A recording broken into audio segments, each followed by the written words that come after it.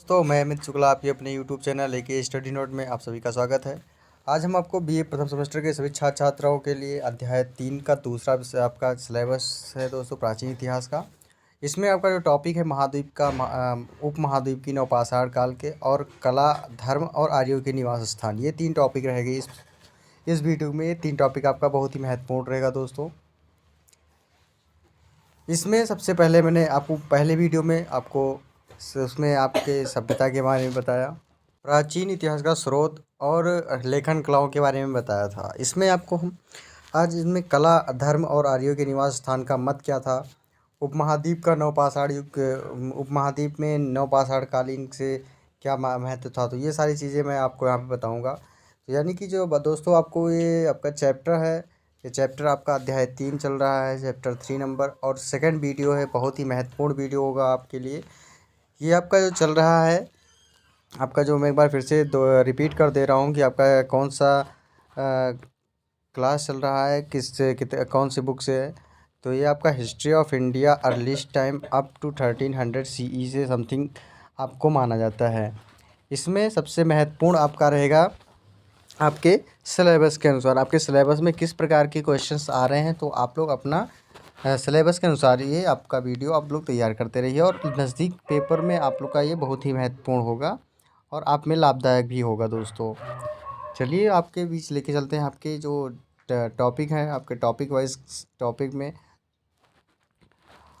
और सबसे बड़ी बात दोस्तों ये है कि अगर हमारे वीडियो अभी तक आपने लाइक नहीं किया है, चैनल को सब्सक्राइब नहीं किया, तो चैनल को सब्सक्राइब कर दें, जिससे कि आने वाले वीडियो हमारे आप तक पहुंच सके और सारी आपको जो भी हमारे अच्छे अच्छे वीडियो आपको हर सब्जेक्ट के वीडियो आए वो आप तक पहुंच सके। पहला है आपका भारतीय उपमहाद्वीप की नवपाषाण संस्कृतियों की क्षेत्रीय विशेषताओं की विवेचना कीजिए। बढ़िया क्वेश्चन है आपके लिए दोस्तों। क्वेश्चन आपका लाजवाब है, पेपर में सबसे ज़्यादा आते हैं आपके क्वेश्चन कि भारतीय उपमहाद्वीप नवपाषाण संस्कृतियों की क्षेत्रीय विशेषताओं की विवेचना, यानी कि जो उसकी क्षेत्रीय और उसके क्षेत्रीय में जो संस्कृतियाँ थी उनकी विशेषताओं के बारे में आपको लिखना है। तो इस तरीके से पेपर में ज़्यादा आपके क्वेश्चन पूछे जाते हैं। तो ये आपके प्राचीन इतिहास के सभी छात्र छात्राओं के लिए, प्रथम सेमेस्टर के जो छात्र हैं छात्राएं हैं, जो अब आपने वो ले रखा है यानी कि प्राचीन इतिहास ले रखा है, तो उनके लिए ये आप बहुत ही महत्वपूर्ण वीडियो होगा। तो सभी छात्रों के लिए ये आपको लाभदायक सिद्धकारी होगा दोस्तों आपके पेपर में। पहला है आपका भारतीय उपमहाद्वीप की नवपाषाण संस्कृतियों की क्षेत्रीय विशेषताएं, ये आपका हेडिंग हो गया। भारतीय उपमहाद्वीप में कृषिकरण और पशुपालन का इतिहास वस्तुतः नवपाषाण संस्कृतियों के उदय से प्रारंभ होता है। घर्षित पत्थर की कुल्हाड़ियों को छोड़कर इस उपमहाद्वीप की सभी नवपाषाण संस्कृतियों को निम्नलिखित भौगोलिक क्षेत्रों ने वर्गीकृत किया जा सकता है। अब नंबर 1 है आपका उत्तर पश्चिमी क्षेत्र। उत्तरी पश्चिमी क्षेत्र की क्या विशेषताएं थे, आइए आपको बताते हैं हम। अफ़गानिस्तान और पश्चिम पाकिस्तान, यानी कि अफ़गानिस्तान और पश्चिमी पाकिस्तान के क्षेत्र जो है वो विशेष तौर पर बलूचिस्तान में कांची मैदान को मिलाकर। और अब आपका दूसरा आ गया दक्षिण पूर्वी उत्तर प्रदेश। दक्षिण पूर्वी उत्तर प्रदेश में क्या है, इसमें आपका आता है इलाहाबाद, मिर्ज़ापुर, रीवा, सिंध जिलों में विंध्य दृश्यांश, खासतौर पर बेलन घाटी आती है। नंबर 3 आपका आ गया उत्तर क्षेत्र। उत्तरी क्षेत्र में कौन सा था, इसमें कश्मीर घाटी आती है। उत्तरी क्षेत्र में आपका कश्मीर घाटी आ गई। मध्य पूर्वी में आपका मध्य पूर्वी क्षेत्र में उत्तरी बिहार हो गया, यथा चिरांद, यानी कि चिरांद आपका यथा चिरांद में भी आपको मिलता है, और उत्तरी बिहार। अब पूर्वोत्तर क्षेत्र में इसमें आपका असम आ गया और निकटवर्ती उप हिमालय क्षेत्र। मध्यवर्ती क्षेत्र में आपका इसमें छोटा नागपुर का पठार, उड़ीसा का पश्चिम बंगाल का विस्तृत क्षेत्र आता है। 7वें नंबर में आपका दक्षिणी क्षेत्र, नहीं इसमें प्रायद्वीप भारत आता है। तो साधारणतः इस काल की समय सीमा भारत में 3500 ईसा पूर्व से 1000 ईसा पूर्व के मध्य मानी जाती है। यानी कि साधारणतः इस काल की जो समय सीमा मानी गई है भारत में वो 3500 ईसा पूर्व से 1000 ईसा पूर्व के मध्य में मानी जाती है। नवपाषाण काल में उदयीमान जटिलता को देखते हुए यह अनुमान स्वाभाविक प्रतीत होता है कि तत्कालीन मनुष्य में धर्म, अंधविश्वास और अनुष्ठान की भावनाओं का भी बीजारोपण का हो गया था। तो इस तरीके से इनकी धर्म, अंधविश्वास और अनुष्ठान की भावनाओं से वहाँ पे उत्पत्ति माना जाता है। अफ़गानिस्तान और पाकिस्तान में हमें गेहूँ और जौ की खेती की शुरुआत के सबसे पहले साक्ष्य मिलते हैं। यानी कि अफ़गानिस्तान और पाकिस्तान से में हमें गेहूँ और जौ की खेती की शुरुआत की जो साक्ष्य मिला है, यानी कि प्रमाण मिला है, वो हमें कहाँ से मिलता है? अफ़गानिस्तान और पाकिस्तान से। उत्तरी अफ़गानिस्तान में पुरावेदों ने ऐसी गुफाओं का पता लगाया जहाँ शिकारी और संग्रहकर्ता रहते थे। इन गुफाओं में जंगली भेड़ों, बकरियों और मवेशियों की हड्डियां मिली हैं। साथ ही मेहरगढ़ का स्थल इसी पारिस्थितिक परिवेश में है। अब मेहरगढ़ में 9 पाषाण स्तर 2 चरणों में विभक्त किए हैं। कौन कौन से? नंबर का नंबर आपका हो गया प्रारंभिक अमृत भांड और खा नंबर उत्तरवर्ती चरण। जिन अनाजों की यहाँ खेती की जाती थी, इनमें जौ को 2 किस्में थीं और गेहूं की 3 किस्में थीं। अलूचा और खजूर के भी जले हुए बीज के अवशेष इसे क्षेत्र में प्राप्त हुए हैं।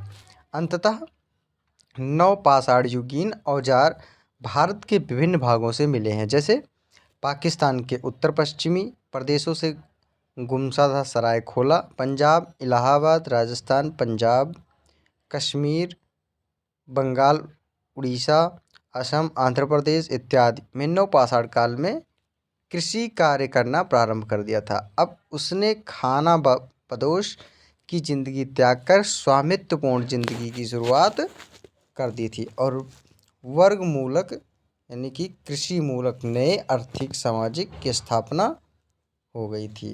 और नंबर 5 आपका है दोस्तों, हड़प्पा वासियों के कला और धर्म की विवेचना कीजिए। यानी कि हड़प्पावासी जो क्षेत्र थे, यानी हड़प्पा वासियों की जो कला है और धर्म है, उनकी विवेचना यहाँ पे आपको करनी है। अब है आपका कला। सिंधु स्थलों की कला उत्पादन की शानदार श्रेणी मिलती है। सीपी के शिल्पी समान अल्प मूल्य के रत्न और सेलखड़ी के मन के अलंकृत मृड पात्र और उपकरणों के साथ साथ घटिया और कीमती दोनों प्रकार के धातुओं के जेवरों की नगरों में व्यापक मांग थी। अब यह पर्याप्त रूप से स्पष्ट है कि सिंधु सभ्यता कांस्य संस्कृति ही नहीं थी, शुद्ध तांबे का प्रचलन जोरों पर था।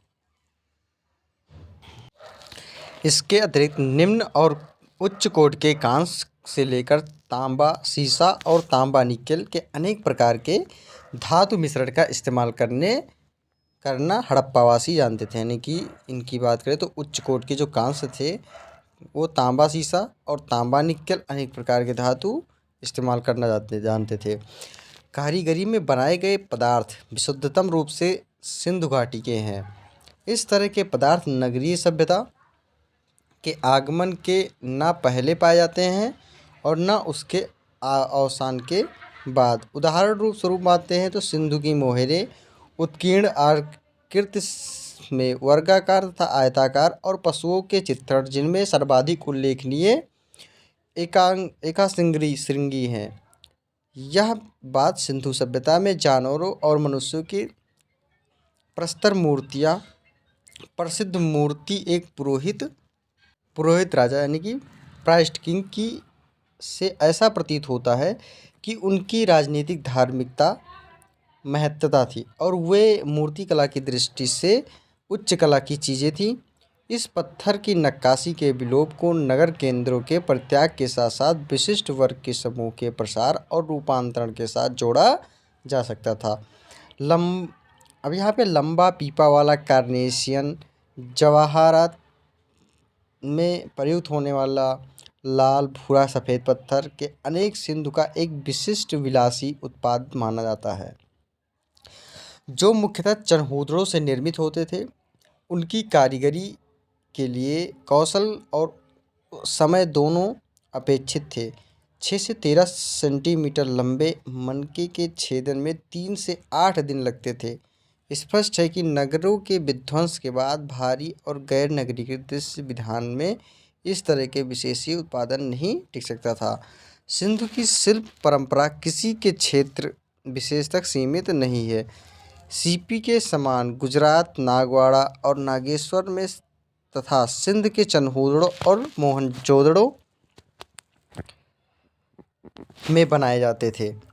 धातु के शिल्पी सामग्रियां गुजरात के लोथल, पंजाब के बारी दोआब में और हड़प्पा और सिंध के अल्लादीनों और मोहनजोदड़ो में बनती थी। शिल्प सामग्रियां अनेक स्थानों में बनने के बाद भी इनकी निर्माण तकनीकी आश्चर्यजनक से मानकीकृत थी। सीपी के कड़ों की समरूप चौड़ाई सभी स्थलों पर 5 मिलीमीटर से 7 मिलीमीटर के बीच होती थी और ये लगभग सभी स्थानों पर ऐसे आगे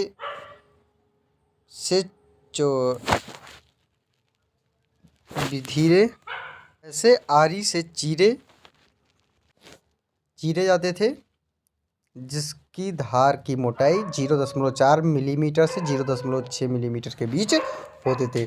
शिल्प उत्पादन के व्यापक वितरण के संबंध में उतनी ही विलक्षण बात यह है कि अनेक मामलों में निर्माण ऐसी कच्ची सामग्रियों पर निर्भर था जो सिंध और बलूचिस्तान के समुद्री तट के बगल से मिलता था। हड़प्पा में भट्टियों से लेकर धातु की मैल और अपरिष्कृत वस्तुओं तथा तांबा आधारित शिल्प के सामानों के निर्माण का प्रभावशाली साक्ष्य उपलब्ध है। हड़प्पा सभ्यता की सन 1921 ईस्वी में खोज के पूर्व तक अधिकांश विद्वानों की यह मान्यता थी कि भारतीय सभ्यता एवं संस्कृति के तत्व मूलतः आर्य भाषाभाषियों की देन थी। लेकिन हड़प्पा सभ्यता के प्रकाश में आने के बाद इस मत से पर्दा उठ गया। हड़प्पा सभ्यता के धर्म के विषय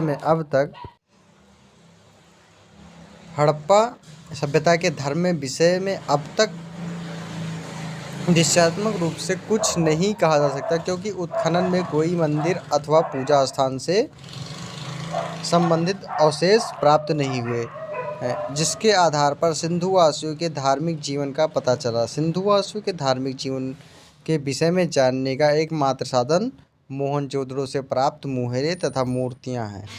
इस प्रकार यही कहा जा सकता है कि हड़प्पा सभ्यता में धर्म के विषय में निम्नलिखित साक्ष्यों पूर्ण अभाव है।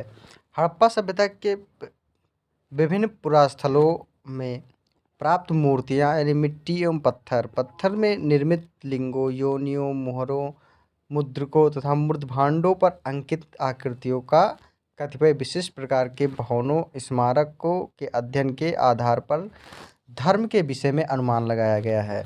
सिंधु सभ्यता के पुरातात्विक साक्ष्यों का इस दृष्टि से विशेष महत्व है कि वे आर्यों के पहले के आर्यतर भारतीय धर्म पर प्रकाश डालते हैं। मातृशक्ति की पूजा, पशुपति के रूप में देव उपासना, लिंग तथा योनि पूजा, पशु पूजा, वृक्ष पूजन, नाग उपासना, जल की पवित्रता, मूर्ति पूजा आदि सिंधु घाटी यानी हड़प्पा सभ्यता के विभिन्न धार्मिक अंग माने जाते हैं। दोस्तों, इस तरीके से आपका 5वां क्वेश्चन कंप्लीट हो गया। दोस्तों, वीडियो अच्छी लग रही हो तो लाइक करें, चैनल को सब्सक्राइब करें, जिससे हर वीडियो आप लोग के पास हमारी पहुंचते रहे। और आपको किसी भी चीज़ की प्रॉब्लम आ रही है आपको इससे और इसके और अन्य वीडियो चाहिए तो आप लोग कमेंट बॉक्स में हमें कमेंट करके बता सकते हैं। मैं और आपको अच्छे क्वेश्चंस आपको अपडेट कराता रहूँगा। और अन्य सब्जेक्ट से जितने भी आपको जो भी सब्जेक्ट के क्वेश्चन चाहिए आपको मैं ज़रूर बताएंगे दोस्तों। लेकिन आप लोग कमेंट में ज़रूर बताएं कि हमें आपको क्या चाहिए, आपकी कौन सब्जेक्ट के वीडियो चाहिए। अब आपका 6वां क्वेश्चन आ गया, हड़प्पा सभ्यता के महत्वपूर्ण केंद्रों के नाम बताइए और वहाँ के लोगों की आर्थिक समस्या के बारे में यहाँ पे आपको बताना है। आंसर आपका है हड़प्पा सभ्यता के महत्वपूर्ण केंद्रों में मोहनजोदड़ो, चनहूदड़ो, हड़प्पा, कान्होदड़ो, रंगपुर, सुतगेंडोर, लोथल, कालीबंगा आदि है। हड़प्पा सभ्यता में लोगों की आर्थिक जीवन बहुत समृद्ध था। प्राप्त प्रमाणों से पता चलता है कि सिंधु घाटी के निवासी अनाजों में गेहूं, जौ, कपास, मटर, तिल और चावल तथा फलों में खजूर, नारियल, तरबूज, केला, अनार तथा नींबू पैदा करते थे। वे कृषि के साथ साथ पशुपालन भी करते थे। हड़प्पा निवासी विभिन्न धातुएं जैसे मिट्टी हो गया, लकड़ियाँ हो गए और पत्थर का प्रयोग विभिन्न उद्योगों और व्यवसाय में करते थे। उनका औद्योगिक जीवन बहुत समृद्ध था। औद्योगिक में एवं शिल्प में वर्ग में कुम्हार, सुनार, हाथी दांत के शिल्पी, बुनकर, रंगरेज आदि होते थे। धातुओं के साथ साथ शंख, सीप, घोंघा और हाथी दांत के काम में बहुत निपुण थे। धातुओं को गलाने ढालने का काम हड़प्पा कारीगर जानते थे। तांबा उनकी मुख्य धातु होती थी। इस सभ्यता में आंतरिक व्यापार बहुत समृद्ध था। नाप और तौल के लिए विभिन्न मानकों का सटीक प्रयोग होता था। तौल के लिए विभिन्न प्रकार के पाषाणों के बाँटों का प्रयोग करते थे। हड़प्पा सभ्यता के निवासी भारत के विविध भागों में व्यापार नहीं करते थे, बल्कि एशिया के अन्य देशों के साथ भी इनका व्यापारिक संबंध बना हुआ था। हड़प्पा सभ्यता से प्राप्त छोटी आकृति की मोहरों से हड़प्पा के वाणिज्य व व्यवसाय को स्पष्ट पता चलता है। अब आपका नेक्स्ट क्वेश्चन आ गया 7वां नंबर। आर्यों के मौलिक निवास स्थान से संबंधित विभिन्न मतों का मूल्यांकन कीजिए। भारतीय इतिहास में आर्यों का मूलक निवास स्थान के बारे में पर्याप्त मतभेद हैं। इस बारे में विद्वानों और इतिहासकारों का 4 प्रमुख स्थानों के बारे में अपना अपना मत प्रस्तुत किया है। ये चारों निम्नलिखित है। नंबर 1 है यूरोप का आदि देश मानना, यानी कि भाषा विज्ञान के को आधार बनाकर कुछ विद्वानों ने यूरोप को आर्यों का आदि देश माना है। इन लोगों ने संस्कृत, ईरानी और यूरोपीय भाषाओं के तुलनात्मक अध्ययन से यह प्रमाणित करने का प्रयास किया है कि आर्यों का आदि देश यूरोप है। एक निश्चित यूरोपीय देशों के बारे में भी कई मत मिलते हैं। हंगरी, जर्मनी, पश्चिमी बाल्टिक, समुद्री तट और रूस के बारे में अलग अलग विचार प्रकट किए गए हैं। इन सभी देशों में आर्यों का आदि देश मानने के लिए पीछे पूरी तरह भाषा विज्ञान का आधार विद्वान ने ग्रहण किया है। इस मत के आलोचकों का तर्क है कि यह आधार पूरी तरह भ्रामक है, यानी कि भाषा, रहन सहन या शरीर रचना के आधार पर किसी प्रजाति या नस्ल के आदि देश का निर्धारण नहीं किया जा सकता। नंबर 2 आपका है आर्यों का आदि देश एशिया। कुछ विद्वानों ने इतिहासकारों ने आर्यों का आदि देश एशिया को माना है। इसके लिए वे वेदों का आधार बनाते हैं। उनके अनुसार आर्यों ने जिस भौगोलिक अवस्था ने प्राकृतिक वातावरण, वनस्पति और पशु पक्षियों का वर्णन इन ग्रंथों में किया है, उनका अस्तित्व एशिया में पाया जाता है। और वे माइनर यानी कि बेगाचकोई नामक स्थानों से मिलने वाले प्राचीनतम लेखों और जैन अवेस्ता और ऋग्वेद को भी अपने तर्कों के आधार के रूप में रखते हैं। इस मत के विद्वानों ने बैक्ट्रिया, मध्य एशिया, पामीर, रूसी तुर्किस्तान, किर्गिज के मैदान आदि स्थानों को आर्यों का आदि देश मानने का प्रस्ताव किया है। इस मत के आलोचकों का तर्क है कि आर्यों की जीवन शैली में बिताए गए स्थानों का मेल नहीं बनता है। भारतीय ग्रंथों में भी कहीं भी मध्य एशिया का कोई संकेत नहीं मिलता है। अब बात करते हैं तीसरा, यानी कि आर्यों का आदि देश उत्तरी ध्रुव प्रदेश। इस मत में सबसे बड़े समय बाल गंगाधर तिलक हैं। उनका मानना है कि आर्यों का आदि देश उत्तरी ध्रुव प्रदेश ही है। यह मानते हैं कि हिम प्रलय के कारण आर्य अपने आदि देश को उत्तरी ध्रुव प्रदेश को छोड़कर ईरानी भारत और अन्य देशों में आकर बसे। वेद और अवेस्ता में दीर्घकालीन उषा, षटमासी दिन का रात, शीत और अधिकता के साथ वर्णन और प्राकृतिक दृश्यों के आधार पर तिलक इस मत को प्रस्तुत करते हैं। नेक्स्ट है आपका, इस मत के आलोचकों का तर्क है कि वेदों और आदि में आदि देश उत्तरी ध्रुव प्रदेश के स्पष्ट वर्णन सर्वथा अभाव है। नंबर चौथा है आर्यों का आदि देश भारत। कुछ विद्वानों और इतिहासकारों ने भारत को ही आर्यों का आदि देश माना है और इनका मानना है कि आर्यों ने वैदिक साहित्य में कहीं भी उल्लेख नहीं किया गया है कि आर्य भारत में बाहर से आए थे। वेदों में मिलने वाला वर्णन सप्त सिंधु में अधिकांशतः मेल खाता है। भाषा विज्ञान के आधार पर भी अपने मत की पुष्टि करते हैं।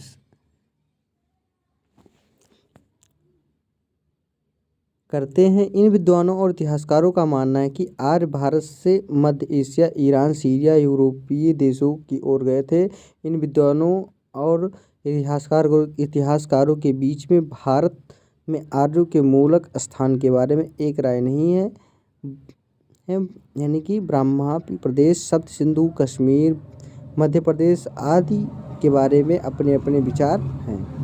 आर्यों के आदि देश के बारे में विद्वानों के इतिहासकारों के विभिन्न मत और सिद्धांत हैं, किंतु अधिकांश विद्वानों ने माना है कि आर्य बाहर से भारत में आए थे। आर्यों के आदि देश की भांति उनके भारत आगमन के समय के बारे में विद्वानों और इतिहासकारों के बीच एकमतता नहीं है। यह विषय भारतीय इतिहास के प्रमुख विवादों में से एक है।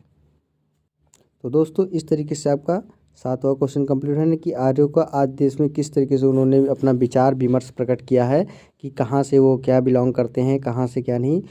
तो ये चीज़ें मैंने आपको बताया।